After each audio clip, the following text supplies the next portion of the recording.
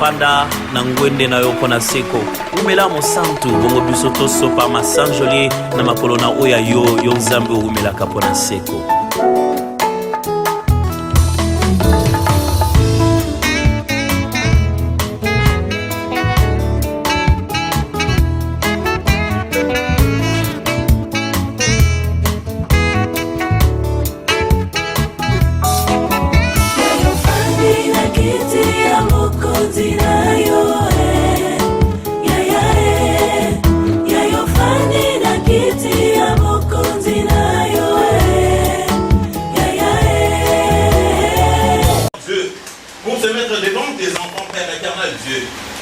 Papa, si je te sens, donc tu n'allais pas mourir pour moi. Comme toi, tu étais mort sur la croix pour moi, Seigneur. Mais voici encore une fois devant la face, Seigneur Dieu, de ton peuple, Seigneur, pour que cette parole que nous allons partager aujourd'hui puisse nous laver, nous donner la force, nous donner la forme que toi tu veux, Seigneur Dieu de gloire. Merci, Seigneur Dieu, parce que nous sommes dans la joie d'être devant toi. Nous sommes dans la joie, Seigneur Dieu, de venir à l'église, Seigneur Dieu. Tu es le roi des rois, tu es le prince des paix, Seigneur. Laisse que, Seigneur, cette parole puisse produire, Seigneur Dieu, les fruits de Saint-Esprit, les fruits d'amour, Seigneur Dieu, de gloire dans nos cœurs. Que ça puisse nous donner encore la force, Seigneur Dieu, de marcher selon tes pas. Parce que tu es le roi des rois, le Dieu qui mène les gens vers la vie éternelle. Merci l'éternel Dieu, merci le Dieu qui pourvoit nos besoins. Merci Père éternel Dieu, laisse que ton esprit habite en nous, que ton esprit soit en nous, Seigneur. Tout ce que nous allons parler, Seigneur, laisse que ça soit ainsi, dit l'éternel. Par le nom de Jésus, nous avons ainsi prié. Amen. Attendons le roi des rois.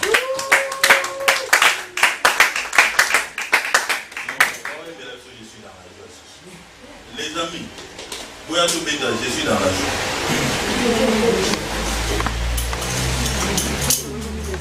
Je suis dans la joie.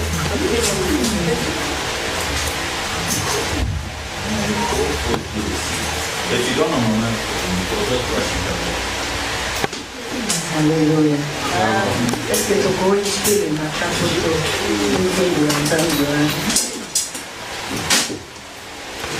j'ai chanté de tout cœur le merveille de mon papa Yahweh. Il m'a ôté les ténèbres, il m'a délivré de tout péché. J'ai chanté de tout cœur le merveille de mon papa Yahweh.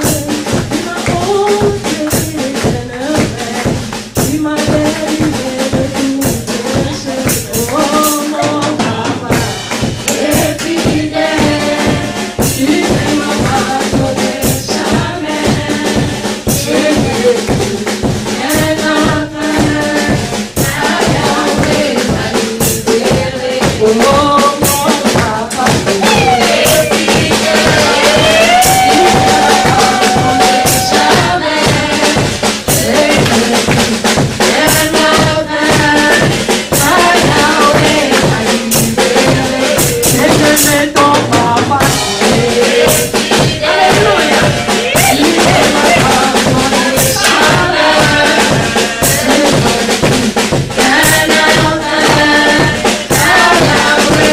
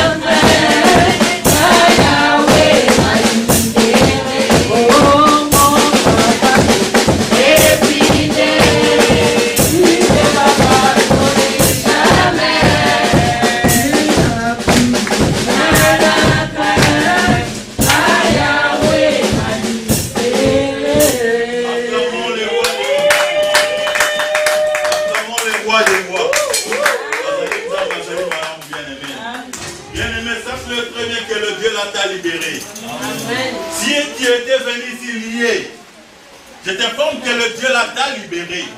Na problème nyonso oyo okoki kozala nango na moi ya lelo. Na ntongo ya lelo, sika oyo. Nzambe wana oyo asisalaka te oyo rendez-vous ya kalobi. Il t'a libéré par le nom de Jésus. Bien-aimé, soki Nzambe oyo akeli lola, akeli nyonso. Azali kolo or, argent, diamant. La émission que yo comme ozali ko héritier par Jésus-Christ. C'est pourquoi toi tu es libre.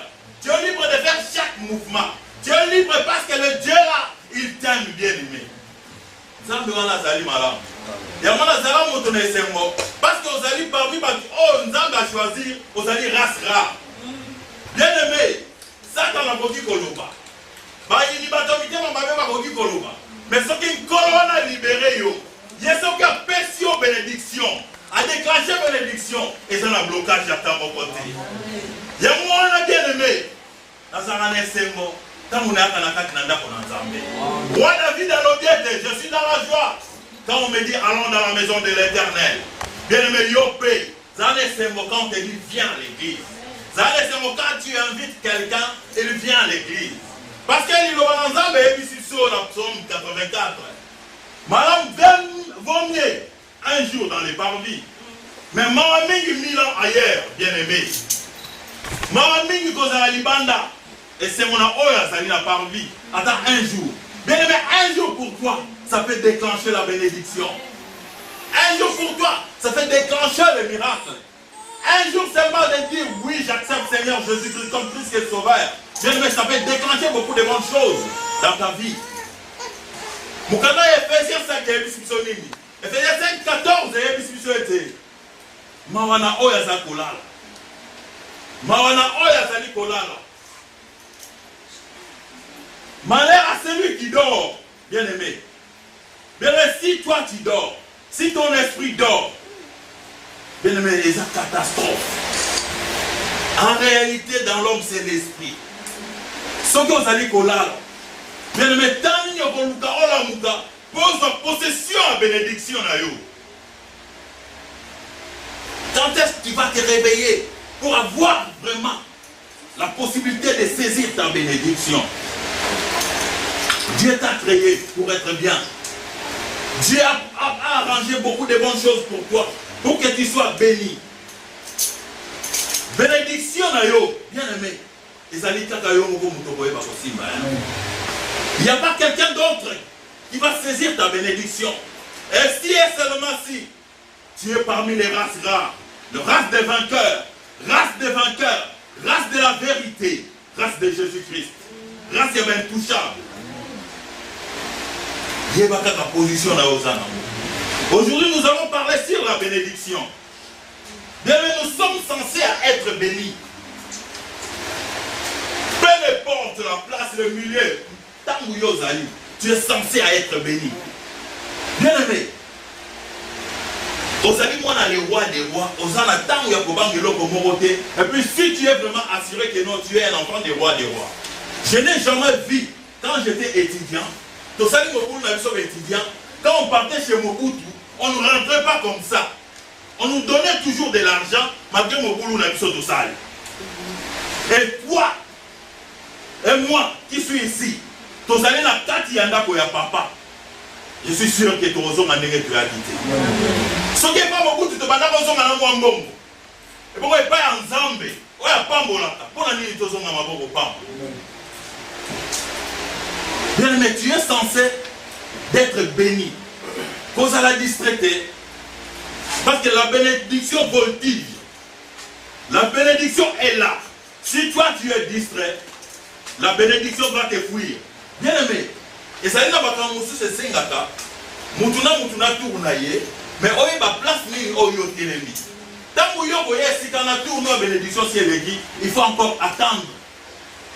Mais aujourd'hui, comme tu es ici là, je suis sûr que non, on n'y pas rien malade. On n'y place rien malade. Parce que ce qui nous le banzan, mais si vous êtes mieux vaut un Non, dans les parvis. Vaut mieux que osa la carte na parvis. Vaut mieux que osa na une carte na parvis. Vaut mieux que osa na seconde carte na parvis que 1000 ans ailleurs.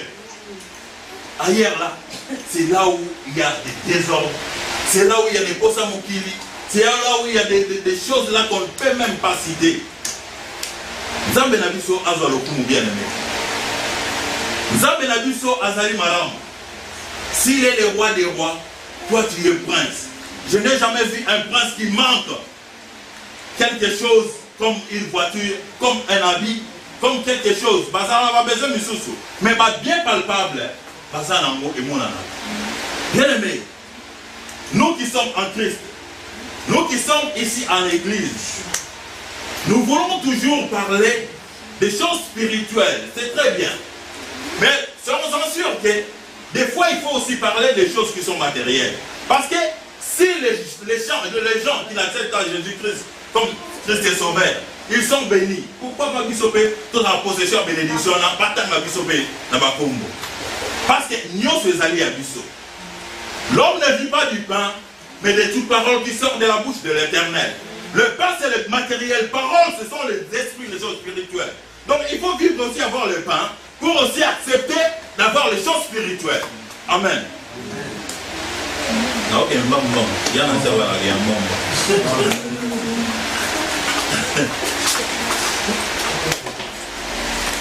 Amen. Donc, il faut comprendre ça. Bien aimé, ce n'est pas dit que non, si tu es en Jésus-Christ, tu es censé te souffrir. Vous êtes censé autant que la balagom, vous êtes censé ola takaba chemise otoki na samba peka. Vous êtes censé non. Bien aimé, il faut refléter vraiment Seigneur en toi, refléter l'amour, refléter la richesse de ton Père. Parce que azali nzambe ya banzambe. Azali nzambe o akeli nyonso pona yo. Mais tant mususu yo mi ebité. Tant mususu yo ndozo milongola mwana ya kolonda. Mwana kololupa. O mi comme ça locataire ko ozanga. Mais na ego ebso lelo. Oza libéré. Tu es béni par le nom de Jésus. Même ceux qui l'état l'obagi que yo en échec. Je te fais que tu es béni par le nom de Jésus. Je vais pas pour recevoir pour procéder bénédiction. Pour autant que le catine est long. Parce que notre Seigneur il est le roi des rois. Il est le créateur de toutes choses. Bien à quelle union. Bien aimé, tant que tu as dit dans mon kiri, oh, tu sais qu'il y a zilité. Tant que tu as dit permission, il nous a créé. Il nous a donné le monde gratuitement. Je t'informe que non, là où toi tu es, tu possèdes la bénédiction. Mais il faut savoir comment marcher, comment avoir ça, comment vraiment maîtriser ça. Et qui m'a mis au pamba. Parce que on ne sait pas comment maîtriser la bénédiction. La bénédiction peut être là, et oui, comme mémoire autant de choses qui nous bat. La bénédiction peut être là, et oui, comme mémoire autant de choses qui nous désordre. Tellement notre Seigneur nous connaît très bien, il faut que non, si je bénis papa X, maman Y, bénédiction là, on va beta tolo. On va kokata que non, il y a les kinyonso.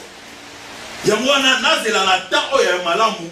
Ayoka que non, comment il peut recevoir la bénédiction, comment il peut posséder la bénédiction, et puis avoir la maîtrise quand il a la bénédiction.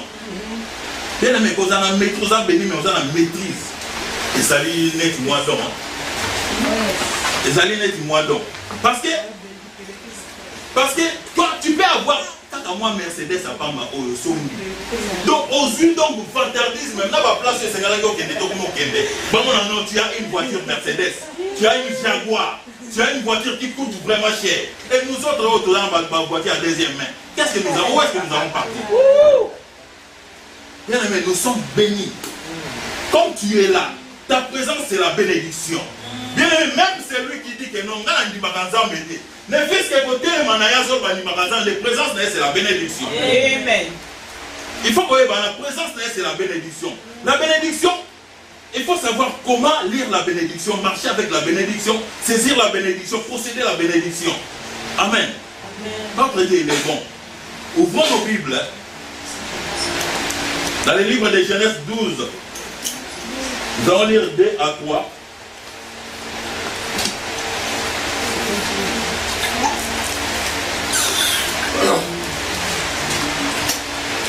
Genèse 12, 2 à 3. J'ai lu la parole du Seigneur. Amen. J'ai lu la parole des rois des rois. Amen.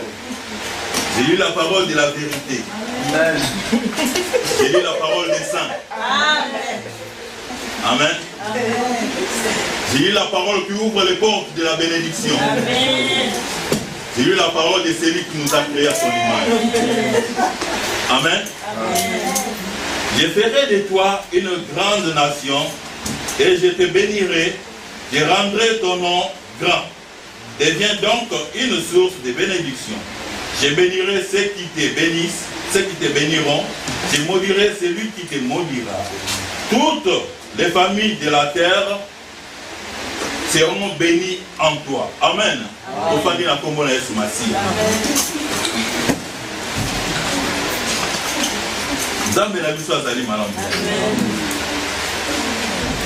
Je vais d'abord définir la bénédiction.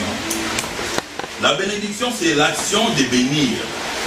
On peut bénir par parole, on peut bénir aussi par des gestes, bien matériellement ou physiquement. Bien aimé, ne crois pas que non, si quelqu'un te donne seulement de l'argent, c'est là où tu es béni. Non. Le matin, tu peux te réveiller comme ça, dire seulement des bonnes choses à ton mari, à ta femme. Bien aimé, au Pambolier santé, na étant mususu, likamboka lotaki elingaki pesa étant mususu moi mawa. Mais au yebisi maloba kitoko santé na ezongi moi malamu, raisonnement na ezongi na kimia parce que olobi na maloba moko kitoko.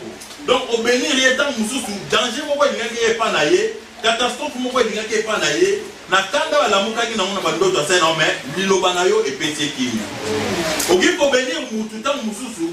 Bien aimé, osana esika moko. Olio bénir ye mais yo kangi kanda. Kanda o yo kangi wana okomi furieux to furieuse parce que bozane longo. Akoki koloba abima na ye aza esika mona yo te mais tango abimi alongo pembe na yo. Ba tuki olio bénir ye oleki na bosala ko eza bénédiction te parce que le comportement na yo o agir neti mwana na nzambe te. Donc bénédiction eza na ba manière ebelé. Bien aimé, toi ba kenon en parlant des bonnes choses, dans notre acte, dans notre comportement, notre façon d'être, et qui cause la bénédiction de la situation Mogogo, la situation Somolo. Bien aimé, hier, nous avons eu un problème de voiture. Bien aimé, le Messie est là. Atambusinga na voiture, na carburant, na yemoko na tielo au côté. Tellement à ça qu'il y a un acte malamu. Bien aimé, mais il y a essence pleine en voiture. Pourquoi il est béni? Parce que abandina nous n'avons pas acte moko ya amour, acte moko ya kitoko mingi. Na sima yangonde ba ko pambola ko azela kiteke non avant edenga il faut azala béni. Non, bénédiction eye ko ya na sima. Amen. Amen. Na moi to le kana ko ba que non. Façon ya ko bénir mutu ezaka na mbongo. Na langage, tu peux bénir quelqu'un. Dire aussi merci. Et au qui bénir dans mon moutou, à son courage, à ça la sous effort malamu, à ça la malamu collègue. Façon na yokaka, il y a votre temps la cara na moutou, pour rendre moutou visite. Bien aimé, au qui cosa au bénir, mais yo évite que ose la cara ya talo mounene, momo yebele, mais visite au rendre, c'est une bénédiction. Parce que vous ajoutez quelque chose dans moutou na ye. Amen. Bien aimé, l'île ensemble et évisi sonine. Biso, tous allons toujours, quand on a besoin, vous allez bénir. Mais, on ne veut pas chercher là où il y a la source de bénédiction. Nous aimons être bénis, mais là où il y a la source de bénédiction, on ne veut pas chercher là où il y a la source de bénédiction. Et là, on y a un départ dans le il faut qu'on le ait bandeli. Place nini libulu wana ezali olia okuta ona katikati oya borenye na ngoko bebisa ngokutu oyebite pasi na mozani komona ka ba héritier ningi nde ba bebisa biloko ezali ba papa na ba moko parce que aye kokuta mbongo na ndaku akuti ba voiture na ndaku akomi ko bimazo sala na wake na ngo disco tanga zo bebisa ngo ezo sala suscité parce que aye bi non aye kokuta on passe na ngo yebanite mais yonga na yo batuto bandi ko sala bilanga. Tu as vu passer la voiture. Tu as vu que tu as vu la voiture dans la laine de l'Union sur les bâtiments. C'est comme ça que nous fait la bénédiction. Bien aimé, ton petit Nzambe a préparé bénédiction pour la biso. Il a tout arrangé pour nous. Mais tant que tu fais la bénédiction, ton communauté qui va te voir, il va continuer à faire un graissement des dents. Et pourtant, non, ton côté a un graissement des dents. Regarde comment toi tu gaspilles la bénédiction. Les façons dont tu te mets, les façons dont tu parles, les façons dont tu agis. T'as la bénédiction, on va prévenir. Après tu vas dire que non, je prie, je demande la bénédiction, mais Dieu ne me bénit pas à cause de ceci. Non. La source, t'as la source. T'as la source. Est-ce que source il y a bénédiction comme il y a?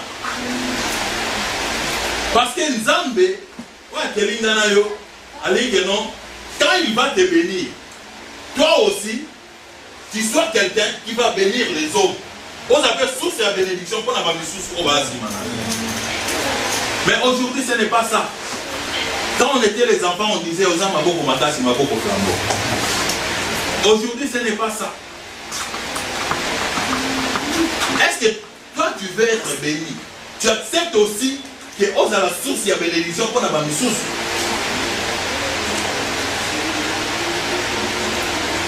Et ça, na héritier moko atikala ki na biloko ebele na ndako. Atikala na biloko ebele na ndako. Azui ba biloko mususu alobi na bomba na grenier pona sepelisa âme na nga na sepelisa motema na nga. Tango ba biloko aussi là comme ça et ça la ma bien. Ligue 12 13 21. Héritier wana akamati abomi babiloko wana. Mais comment baya bomba oliani mako partager batu batuni Yesu Masia il sait que non, moi je ne suis pas qui. Et comme natangu moko kolo a ebisi héritier wana. Et là on dit les gens pour l'accès que non yo koma lobi d'abord na bozo kutu pe manao kala kutu mingité. Voilà comme place on attend que la vie se totalement. Na bozo pe manao kala kutu mingité. Na o yo zo bomba na me pe manayo kala kutu mingité. Luc 12, chapitre 13 à 21. Quelqu'un dit à Jésus du milieu de la foule, Maître, dis à mon frère de partager avec moi notre héritage. Jésus lui répondit, ô homme, qui m'a établi pour être votre juge ou pour faire vos partages? Puis il leur dit, gardez-vous avec soin de toute avarice. Car la vie d'un homme ne dépend pas de ses biens, fit-il dans l'abondance. Et il leur dit, cette parabole, le terre d'un homme riche avait beaucoup rapporté. Et il raisonnait en lui-même, disons, que ferai-je, car je n'ai pas de place pour serer ma récolte. Voici, dit-il, c'est ce que je ferai, j'abattrai mes greniers, j'en bâtirai de plus grands. J'y amasserai toute ma récolte et toutes mes biens. Et je dirai à mon homme, tu as beaucoup de biens en réserve pour plusieurs années. Repose-toi, mange, bois et réjouis-toi. Mais Dieu lui dit, insensé, cette nuit même ton âme te sera redemandée. Cela sera-t-il.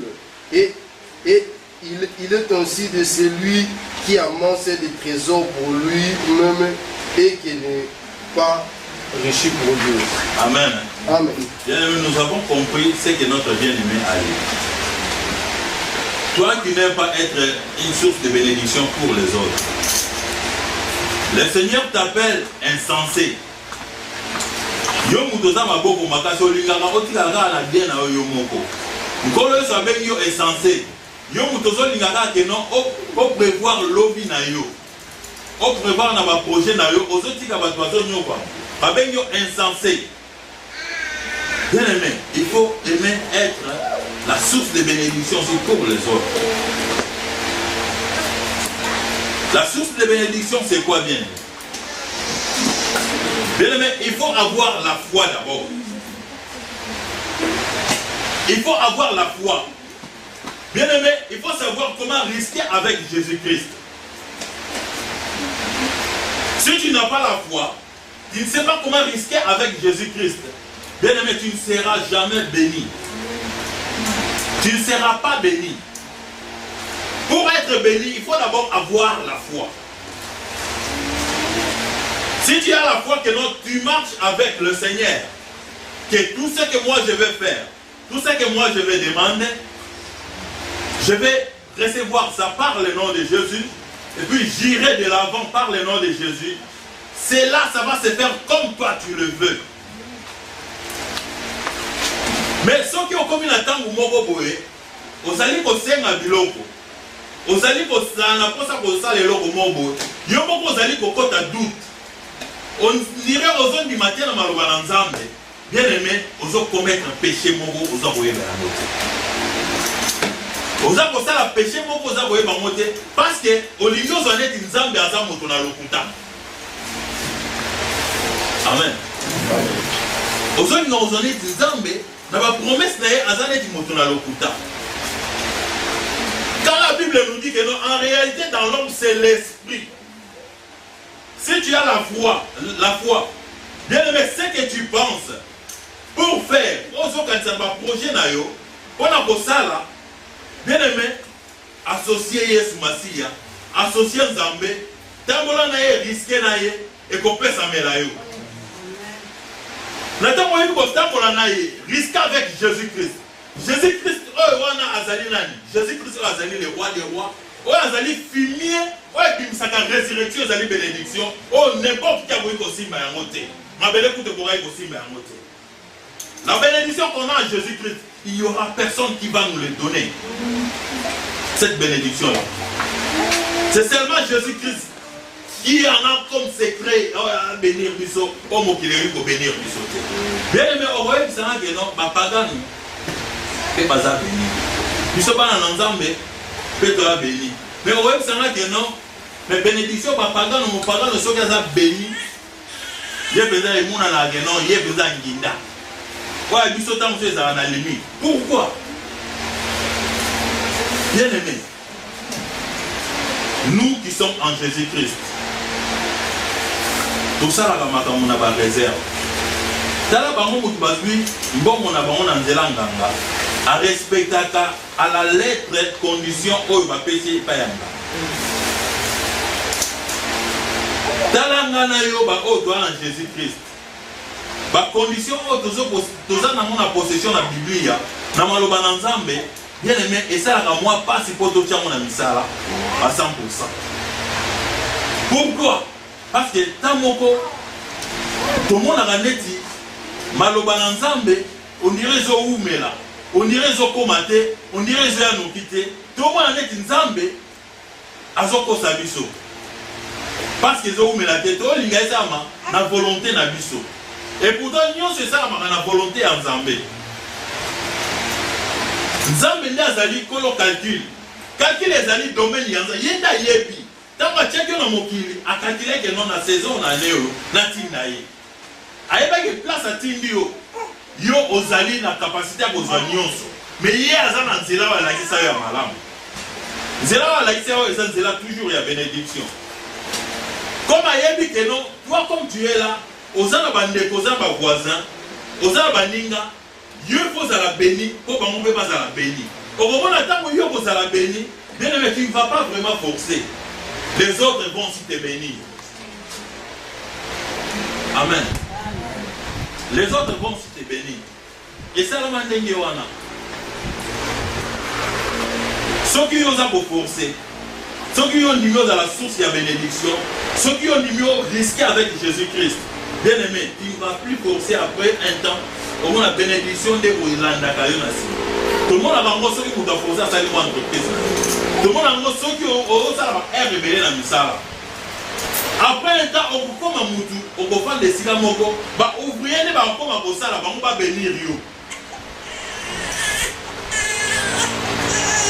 Ozolinga, Ozala béni. Est-ce que la clé de la bénédiction, tu en possèdes? La clé de la bénédiction. Ozala la clé à bénédiction. Parce que pour être béni, il faut travailler. Sans le travail, tu ne seras pas béni. Il faut travailler pour être béni. Bien aimé, ce que salité au Goliath, ce que salité au Gongindate, ce que l'ouquité en vérité au Gongindate.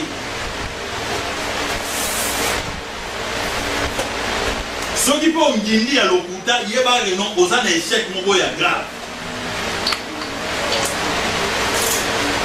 Il faut dans nos bandes retour dans mon tour, je vais être béni. Est-ce que départ dans les années les gens n'ont souffrir pour nous souffrir pour nous musala nous souffrir pour nous saler l'obo. Mais qu'est-ce qui était avant ça? Na sala qui ni na posa qui na place ni dossier ni na kenda qui na mona bureau ya musala dossier ni na kenda na boluganda dossier ni na kenda na domaine oil ozokena na source parce que tu veux avoir la bénédiction. Sans la source. Dans la foi, on a une place des acquis faibles. On limite qu'avec la vérité, il y a une bénédiction. Mais qui a cherché, il y a beaucoup ça pour une bénédiction. Ça, c'est blaguer avec Dieu. Ça, c'est jouer avec Dieu.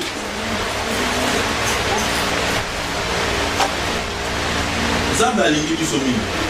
Bien aimé, aujourd'hui, tu seras béni. Ceux qui ont déclenché bénédiction, la vérité aux âmes dans mon thème, au bon sa source, parce que aux alliés spirituels, pour déclencher vérité, parce qu'il faut y aller pour oser avec Jésus-Christ.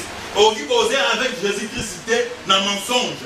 Au lieu d'oser avec Jésus-Christ, c'est un bilan au moment où il y a il faut oser avec Jésus-Christ quand vraiment tu es sanctifié. Quand vous êtes sanctifié, nous pouvons poser avec Jésus-Christ.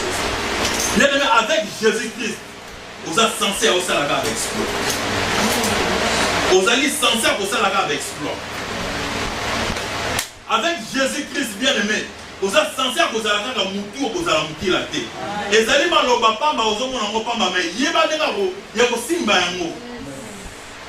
Si vous avez dit que simba yango, ils ont source na yo, ils ont foi na yo. Et ça foi na yo source ya bénédiction dans la foi. Biloko zomona te mais au simbi yango par le nom de Jésus. Oki kozaloza na projet na yo, osa le logo songo le logo parla. Mais les idées qui viennent en toi, et ça tu vas aider échec. Tant mususu bakoko sanga, tant mususu bakomelanga, tant mususu bakosala ko. Comment kobonga, comment kozala béni? Parce que tu es quelqu'un qui est derrière toi, aza kokango ba frère. Tu ne sais pas risquer avec Jésus-Christ. Jésus-Christ a dit qu'il faut risquer na yo, aketi na résurrection. Pour yo nanga tobika bien aimé. Pourquoi pas yo li ko risquer na été? Risquer na avec vérité. Nzambe wana ko tia ba associé na ope kimia, bo sala mana ko sala béni, o bénir l'église na Nzambe, o bénir ngoma na Nzambe, ba peuple de Dieu peut pas la bénir à travers yo ko ba source ya bénédiction par le nom de Jésus. Amen. Bien aimé, toi ba ta voler la raté. Ceux qui sont dans le roi, le prince, le président, le raté, pourquoi pas un mois là bien il y a Nzambe na le. Ngana asunata on le raté. Olela les amakambo kala. Na mona geto voiture ekufinga na ndana la. Nzambe na boyi utamuzela ko mabana asati. Amen. Olela makambo kala. Frère, on a un doctrine là, makambo kala. Vivre présent et tout ça bien car on a bien parlé de Dieu. Et ça mon Canadien mon ça la vie. C'est la parole de Dieu qui donne la vie. Et sache-le très bien que risquer avec Jésus-Christ, tu auras de bonnes choses. Frère John, risquer avec Jésus-Christ, aux meilleurs. Amen. Aux meilleurs. Tala, tous ça grâce rare, grâce à ma vainqueur, grâce à Bisso. Pour moi, il faut ça la carrière Jésus Massia. Vous allez être intouchable au nom de Jésus. Place aux gens intouchables. Aux gens imperméables, aux gens au monde à terre. Moutoki ko la kelo mabe, asa lo zuwa. Oh, il y a la Kisanini, parce que. Hein?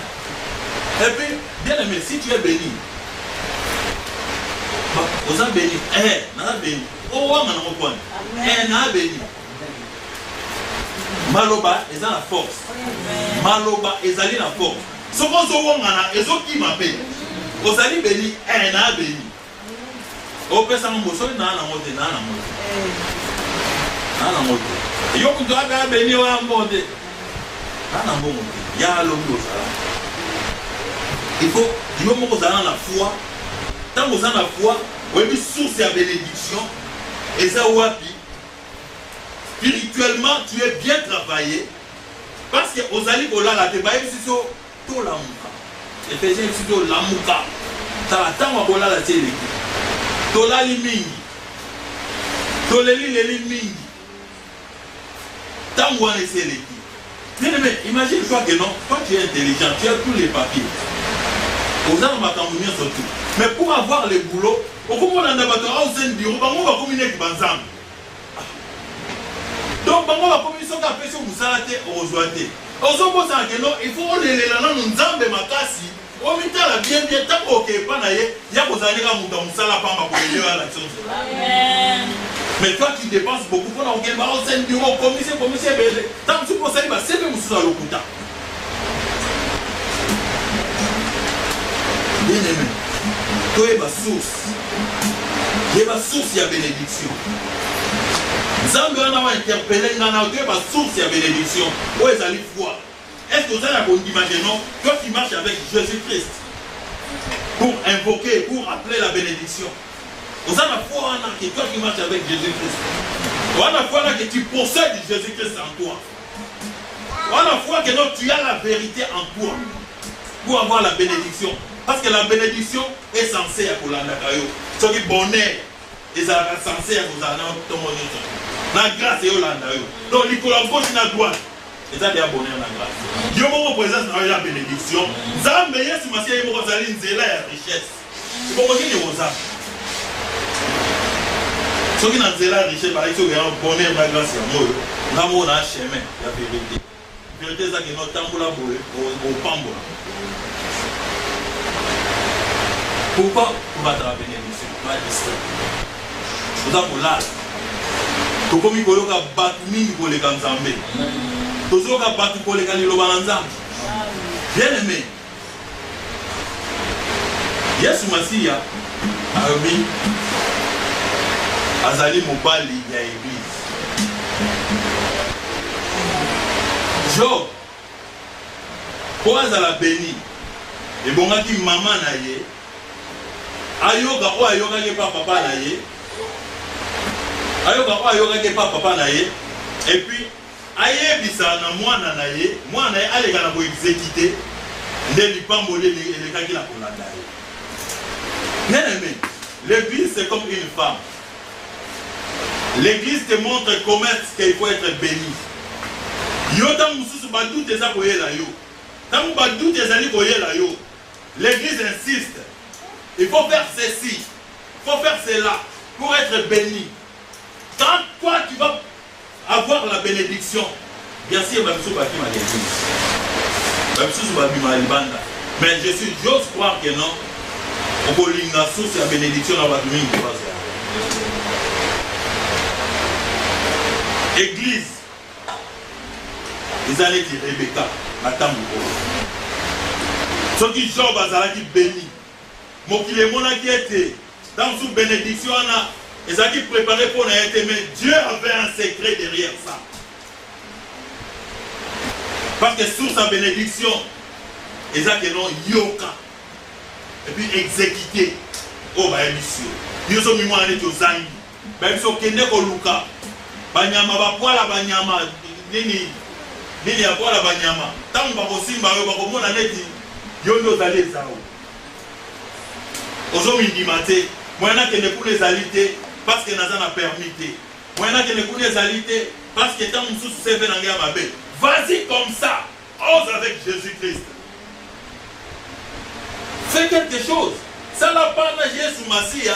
Les restes, il n'y a pas pour s'en charger dans le mot. Pourquoi tu as risqué dans Jésus Massia? Et pourtant, il y a un temple pour nous. Allah la ratani bagate, toye bien mo bien, toye bagamo bien. Mais yondo zola.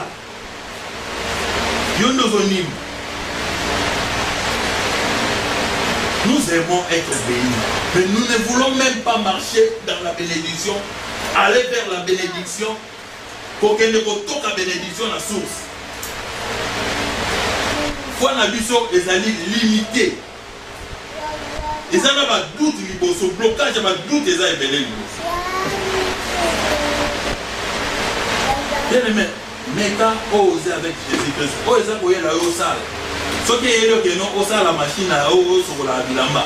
Ça là, on va vous solide, on va au pambola. Ce qui est ça que non, on a la school market. Ça là, on a ça pour la entreprise là. Ça là, on a associé au pambola. Tant que vous ne bien, mais nous avons vérité ça. Tant que vous voyez que toi tu es quelqu'un qui parle la vérité, qui marche avec vérité, bien aimé, Dieu là il va s'arranger pour envoyer beaucoup de clients. Amen. Donc comme il t'a moi ma pamboli, tous attends mon gars à vivre la parole qui est peint, toi ben a besoin de libre. Bah bien bah mon libre, bah mon parole, bah lui il va voiter ou à libanda, et ça va tout, on va se voir le balançable. Faut te palper bénédiction. Et ça m'a demandé d'autres. Et ça m'a demandé à mon travail à l'objet que non, il n'a pas pambola main, il y a un ancien qui va se rendre. C'est Moro en église là. Ma voiture a signé comme un bel libanda. Parce que quand on a rien à signer, quel est votre secret? C'est la lumière. Demande à l'INEF ça pour tout le monde. Ah, c'est la paix au festival. C'est la paix pour recevoir la bénédiction. Parce que homme qui est lobby pour naïo, homme qui est bon si pour naïo. Il y a un mot de Zamba pour nous pour nous. Zamba a dit Kolomokini. Et puis à Kelio pour régner. Tant que yo a Kelio pour régner, c'est qu'on peut régner Nicolas d'échec. Qu'on peut régner Nicolas de négativité. Qu'on régner Nicolas parce que ça dans la parole nous tous ensemble on va m'abé, pas quand m'abé. Aux censés aux a béni par le nom de Jésus. Amen. Zamba n'a vu ça Zali malam. À ça merveilleux. Bisson net aux abientés. Bisson net aux abientés. Aussi la Bible est la vie bien. Aussi la Bible est la vie dans la Galate 3, 7 à 14.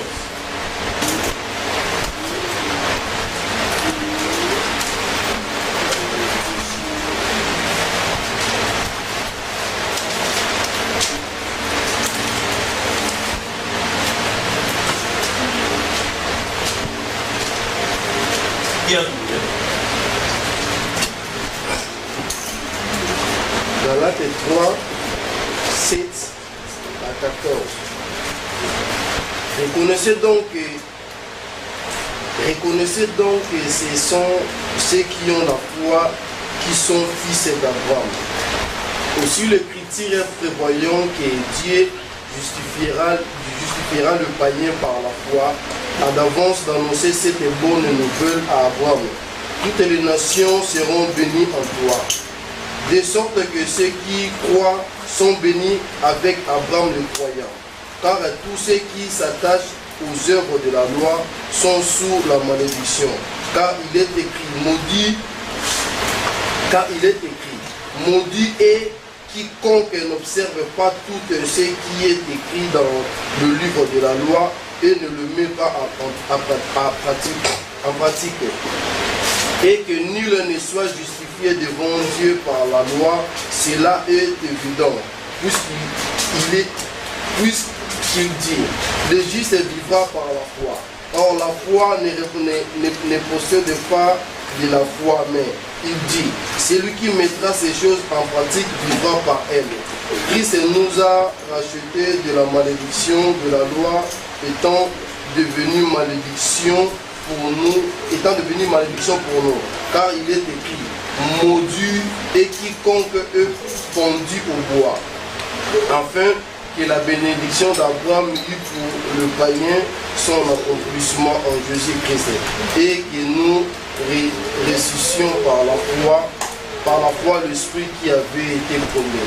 Amen. Amen. Bien aimé, nous autres qui sommes ici, si le Seigneur Jésus-Christ n'était pas venu, regarde tout le monde en a à malédiction. Ce qui est sur ma scie, il y a un coup pour les poules, regarde tout le monde en a à malédiction. Et ça n'a pas si la bande de Koko, la bande de Geno, Yesu Masia, a coupé pour la bande. Mais ça, et c'est mon ganayo, toujours pour pas que non, les Poulousou, Yesu Masia, a coupé qui n'a ganayo. Comme tous en abonnement, Yesu Masia, a coupé pour la ganayo, bien aimé, c'est là où notre bénédiction commence. Amen.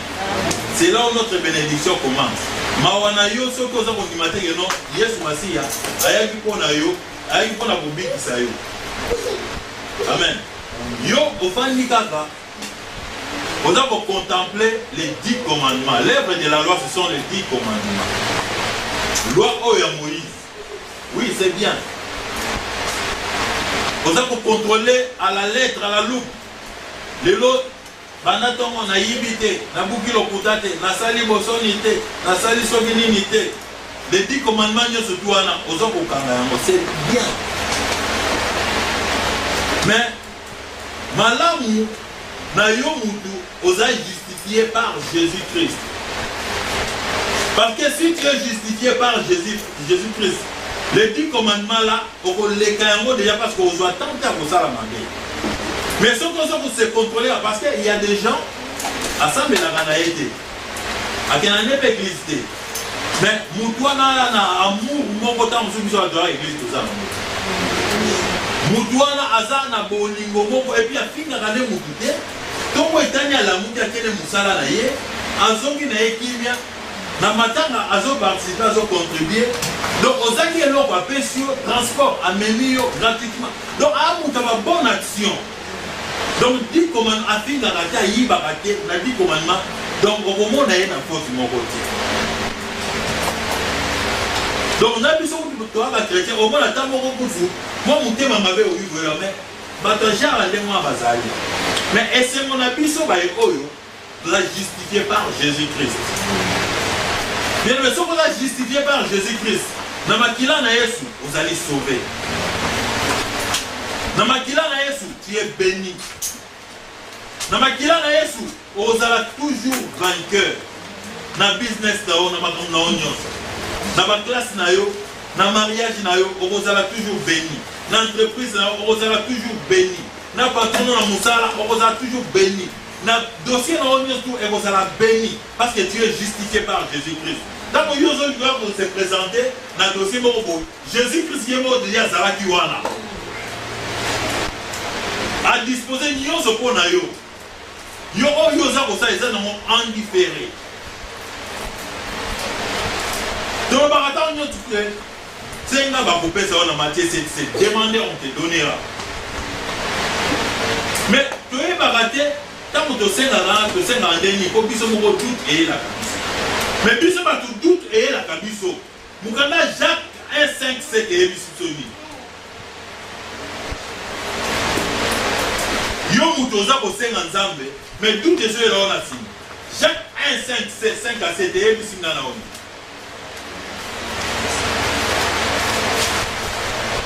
Papa, vous pouvez nous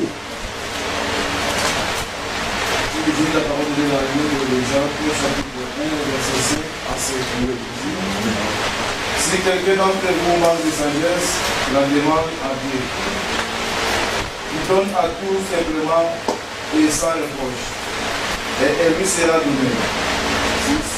Mais si tu l'as demandé avec foi, sans douter, car celui qui donne, celui qui doute est semblable au flot de la mer, agité par le vent et poussé de côté et d'autres. Qu'un tel homme ne s'imagine pas qu'il recevra quelque chose du Seigneur. Amen. Amen. Est-ce que vous avez compris ça? Amen. Vous avez compris ça? Amen. Tu as compris pourquoi tu as compris?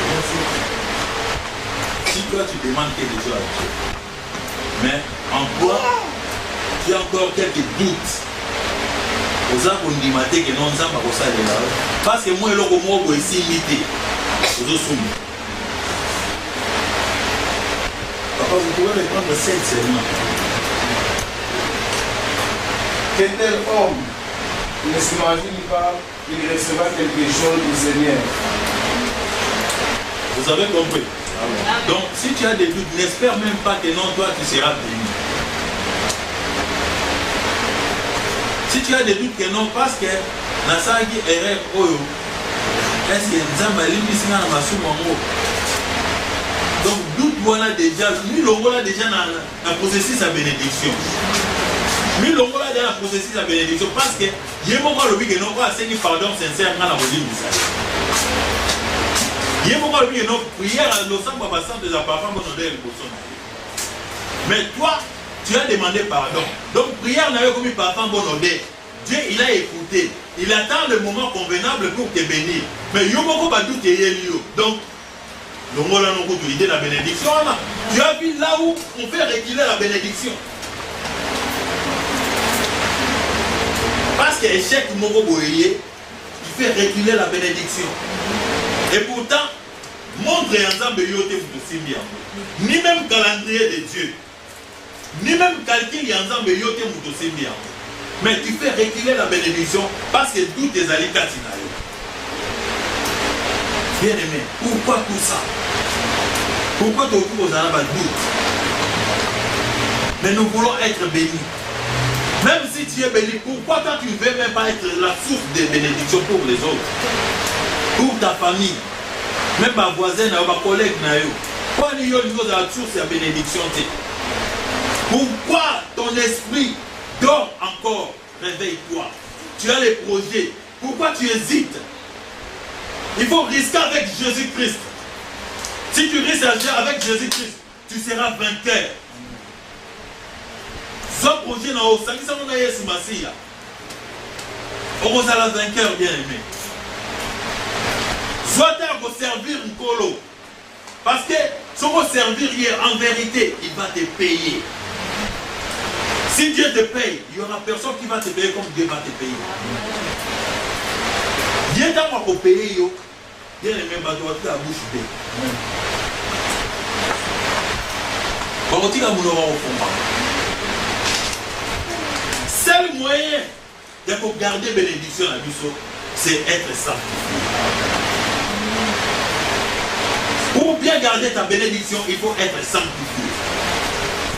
Ceux qui vont respecter, bien aimé, moi aujourd'hui, je te dis, comme tu as saisi, comme tu as compris, comme tu as écarté les doutes, comme tu cherches là où il faut avoir la bénédiction, au moment où la source de la bénédiction soit sanctifiée. Au moment où la bénédiction est qui m'a yoté. Au moment où ma pas moli et qui m'a yoté. Parce que c'est arrangé pour Zamba ok na bénédiction. Zamba est dans la bénédiction. La bénédiction c'est pour nous autres. C'est pour nous autres. Tout ça là vous doit taper maté. Pour bien pas tout ça là. Bénédiction c'est pour la biso. Tout ce pays là, pour Aponi biso nous a élus.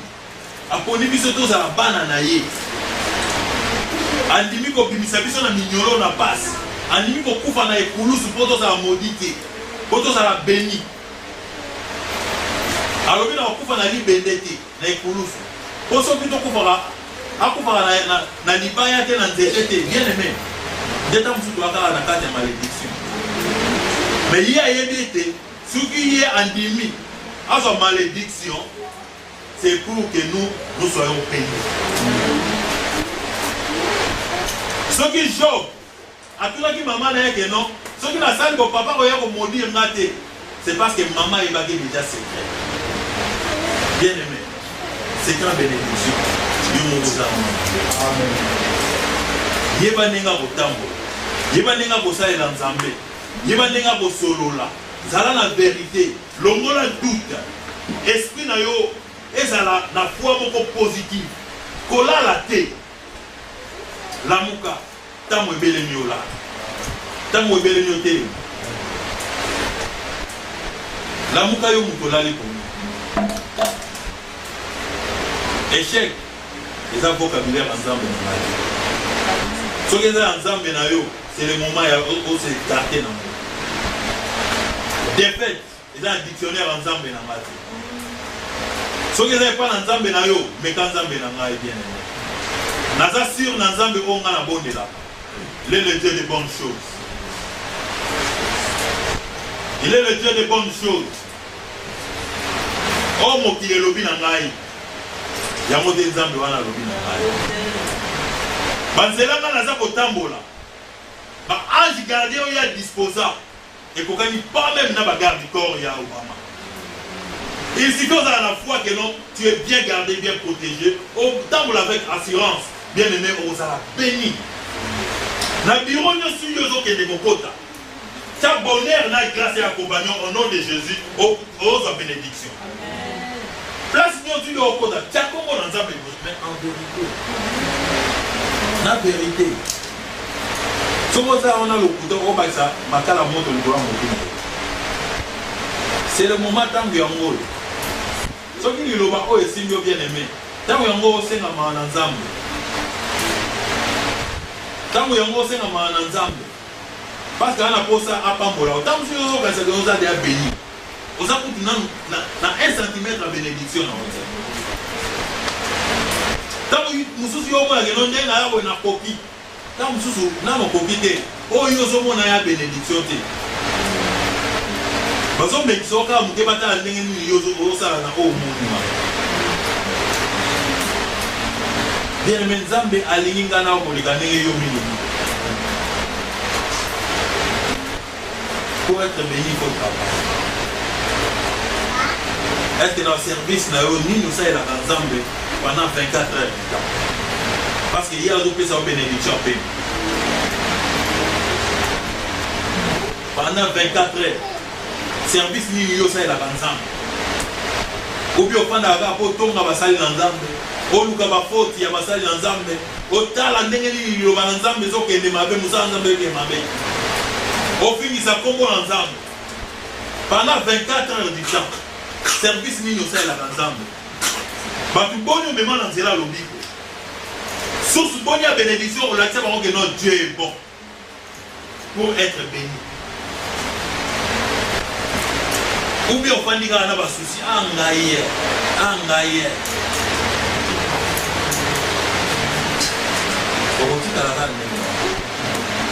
On dit à la bien aimé, Zambé a malade. Dieu il parle. Dieu il parle. Dans la commune tout ça et non, Zambé peut s'en aller. Dans pas même le temps où il y a préparé ta prédication.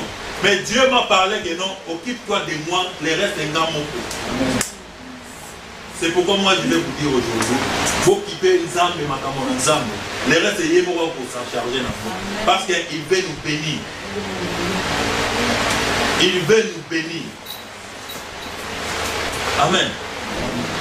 Vous êtes d'accord avec moi? Amen. Il veut la bénédiction.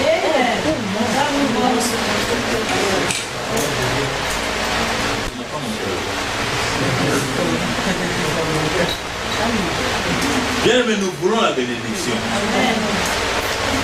Tous à la près, il y a aucune source. Tous à la près, il y a qu'on risque avec Jésus-Christ. Tous à la près, il y a qu'on c'est un pardon sincère na o nyoso ko buka ya lokuta.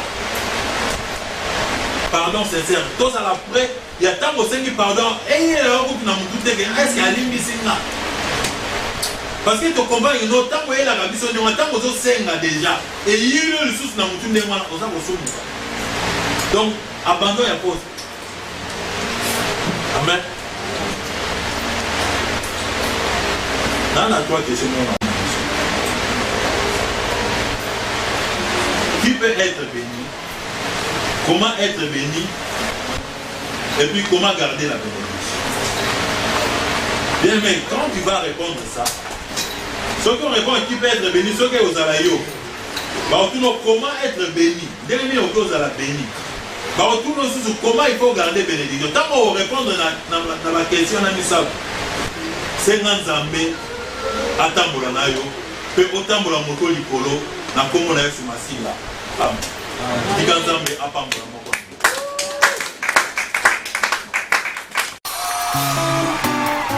fanda na ngwende na yo pona seko umela mosantu bongo biso toso pa masanjoli na makolo na oya yo nzambe umelaka pona seko.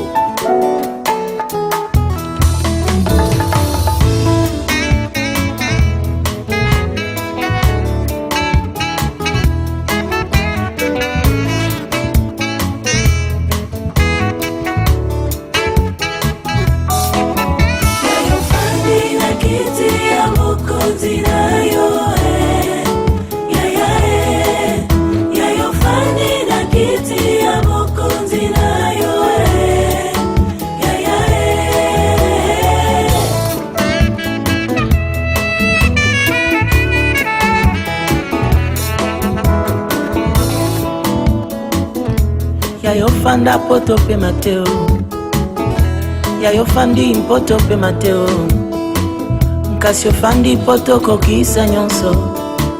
Après avoir tout accompli sur la terre, ozwi kombo koleka ba kombo nyonso, bapesi ngwende koleka ba ngwende nyonso. Ofana na ngwende tongama na maboko ya moto te, menize ya ngwende na yonde nani yo.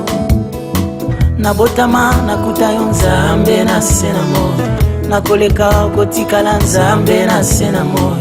Abraham aleka kasi oza nzambe na sena moi. Lelo nazana esengwa konetola ngwende na yo oya ya oh.